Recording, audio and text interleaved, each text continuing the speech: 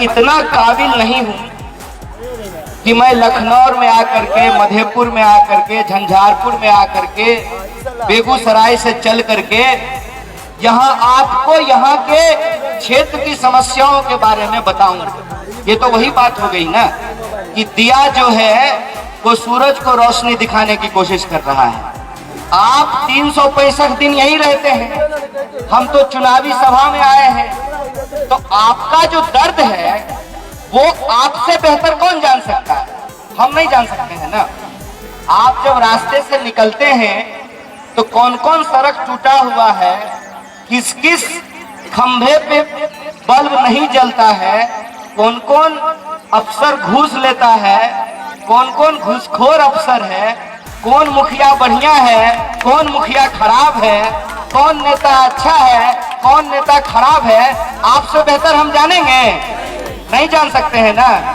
तो पहली बात तो ये कि हम आपके बीच ज्ञान छांटने के लिए नहीं आए हैं। आप सब लोग खुद ही बहुत ज्ञानी लोग हैं और ये मिथिला की पावन धरती है और मिथिला की धरती के बारे में तमाम शास्त्रों में चर्चा है कि ये माता जानकी की जन्मभूमि है। और अगर साहित्य की आप बात करें तो ये महान विद्वान मंडन मिश्र की धरती है। ये वो इलाका है जहाँ की लोक कहानियों में गोनू झा की कहानियां मशहूर हैं। अगर आप साहित्य की चर्चा करेंगे तो ये वो इलाका है जहाँ कविवर विद्यापति का जन्म हुआ।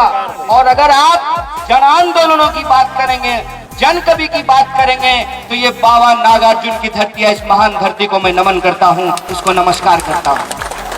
कल हम अभी प्रचार सुन रहे थे, उत्तर प्रदेश से कोई आने वाला है। कौन आ रहा है? आप मिथिला के लोग बोलिएगा योगी उसको। मिथिला के लोगों को उसको योगी कहने का जरूरत नहीं है। मिथिला के लोग खुद ही धर्म कर्म में विश्वास करते हैं। हमारे यहाँ सिमरिया घाट में कल्पवास मेला लगता है। 1 महीना मैथिल लोग जाकर के वहाँ गंगा स्नान करते हैं कार्तिक महीने में और गंगा किनारे रहते हैं। तो आप लोग खुद ही धर्म कर्म करने वाले लोग हैं। वो योगी है। हर पीला चीज सोना नहीं होता है, समझे? और हर भगवा पहना इंसान, और हमने पढ़ा है जब हम स्कूल में पढ़ते थे, भेड़ और भेड़िया। उस कहानी में हरिशंकर प्रसाई बताते हैं कि जब चुनाव होने का ऐलान हुआ जंगल में तो सियार बहुत परेशान हो गए। सियार ने कहा भेड़िए को जाकर, ए भाई अब तो चुनाव होगा, अब भेड़ की संख्या ज्यादा है तो ये लोग अपना नेता चुन लेगा तो तुम्हारा राजकाज खत्म। तो लोमड़ी बोला कि घबराओ मत, एक उपाय है, भेड़िया के माथे पे टीका लगा दो और मुंह में घास टांग दो। इससे भेड़ों को ये लगेगा कि भेड़िया शाकाहारी हो गया है। मैं ये बात आपको क्यों कह रहा हूं कि बगल में है गोरखपुर और वो जो मठ है उस मठ का नाम है गोरखधाम।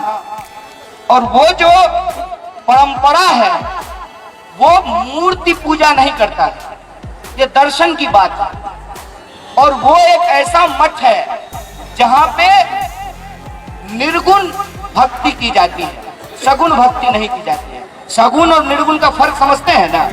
मिथिला के लोग हैं आप लोग, यहाँ मंडन मिश्र पैदा हुए हैं, शंकराचार्य को शास्त्रार्थ में आपने हराया है। तो निर्गुण भक्ति होती है। आप मुझे बताइए कि निर्गुण भक्ति करने वाला एक इंसान मारने काटने की बात कर सकता है? इसीलिए मैंने कहा कि हर पीला चीज सोना नहीं होता है और हर भगवा वस्त्र पहना इंसान योगी नहीं होता है। और याद रखिएगा इस बात को कि ये सीता जी की धरती आप कहते हैं तो सीता जी का हरण भी रावण ने साधु का वस्त्र पहन करके किया था। इस बात को याद रखिएगा। और ये बात मैं आपको क्यों याद दिला रहा हूं? ये बात मैं इसलिए आपको याद दिला रहा हूं कि इधर उधर की बात नहीं करनी है। इधर उधर की बात इसलिए नहीं करनी है कि हमको अपने मुद्दे पे टिका रहना है। आपके सर के ITI करने के बावजूद, पॉलिटेक्निक करने के बावजूद, टेक्निकल एंड होने के बावजूद हमारे बच्चों को आज रोजगार नहीं मिल रहा है। हमारा मुद्दा यह है कि दिन रात किसान खेतों में पसीना बहाता है। और आपके ही इलाके का मामला है ना कि खराब फसल था, सरकार ने किसान से बिना पूछे उसके फसल को उखाड़ दिया, नहर खोदना शुरू कर दिया और किसान को सही तरीके से मुआवजा नहीं दिया गया। आप देखिए कि लगातार किसानों के ऊपर किस तरीके से अत्याचार और अन्याय होता है। आप देखिए कि मजदूरों को किस तरीके से मजदूरी नहीं मिलती है।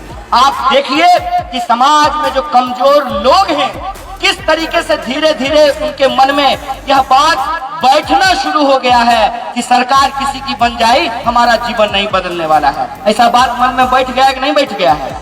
ऐसा लगने लगा है ना कि चुनाव आता है, स्टेज लगाता है, नेता भाषण देता है, मदारी जैसा डमरू बजाता है और फिर चला जाता है। हम यहीं के यहीं रह जाते हैं, समस्या जस की तस रखी रह जाती है। ये आपके मन में बैठने लगा है कि नहीं बैठने लगा है? ये दोहरी साजिश है।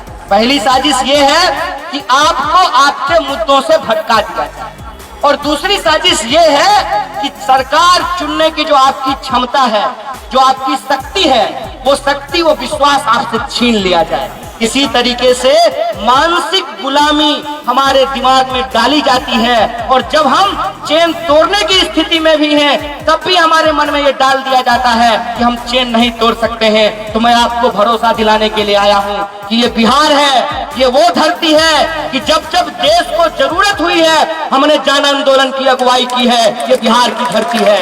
हमने देखा है कि दशरथ मांझी ने एक छेनी हथौड़ी लेकर के पहाड़ काट करके रास्ता बना दिया था। अगर आपके अंदर भरोसा है तो यह सरकार बदल सकती है। आपको संकल्प लेने का जरूरत है। बोलिए, आप संकल्प लेते हैं कि नहीं लेते हैं? ये सरकार आपको बदलनी है कि नहीं बदलनी है? और ये सरकार हमको इसलिए बदलनी है कि हमको एक तरफ अपने मुद्दों की रक्षा करना है, हमको इस बात के लिए वोट करना है कि हमारे बच्चों को रोजगार मिलाए, हमारे घर के जो बुजुर्ग हैं उनको समय पे वृद्धा पेंशन मिले, हमारे जो टीचर हैं उनको, जो नियोजित शिक्षक हैं उनको स्थायी किया जा सके, समान काम का समान वेतन लागू किया जा सके, जो आंगनबाड़ी और आशा वर्कर हैं उनको सही वेतनमान दिया जा सके, और हमारे यहाँ विकास के नाम पे जो झूठ बोला गया है उस विकास की गंगा को सही मायने में जमीन पे उतारा जा सके। ये संकल्प के लेकर के हम आपके बीच में आए हैं। मन में कोई धरी धोखा नहीं, कोई धरी धोखा नहीं। सामने एकदम आर पार की लड़ाई है। इस तरफ हम खड़े हैं जो बिहार को बदलना चाहते हैं, उस तरफ वो खड़े हैं जो बिहार को 30 साल पीछे धकेलना चाहते हैं। और हमको पूरा भरोसा है कि परिवर्तन संसार का नियम है, परिवर्तन होगा। और परिवर्तन करना इसलिए जरूरी है, यहाँ बुजुर्ग माता बैठी हुई है, रोटी बनवे घड़ी पलटे पड़े छे नकरा, आ नहीं पलटवे तो जड़ जैते। 15 साल हो गए, पलट देख चाहिए। तुम्हारा आशीर्वाद है ना, बस पलट देना है। इस बार पलट देना है, सरकार बदल देना है। यही संकल्प लेकर के हम आपके पास आए हैं। और आखिरी गुजारिश के साथ, देखिए, जोश बहुत बढ़िया होता है, जोश बहुत अच्छी चीज है, लेकिन अरे हम बेगूसराय ठेठ मैथिली बोले हो। बेगूसराय का लोग शुद्ध मैथिली नहीं बोलता है, हम लोग ठेठ मैथिली बोलते हैं। तो मधुबनी की धरती पे आकर के ठेठ मैथिली बोलेंगे तो मैथिली भाषा का अपमान हो जाएगा। मोदी जी हम है नहीं कि कागज में लिख करके जो है हाँ सबको गोर लागे छी, है कि नहीं? हम ठेठ मैथिली बोलते हैं, आप लोग शुद्ध मैथिली बोलते हैं। दूसरे जगह पे तो बोल भी लेते, लेकिन आप लोग चूंकि मैथिली ऊपर उड़न खटोला उड़ेगा, लेकिन आपको अपनी पैर अपनी जमीन पे टिकाए रखना है।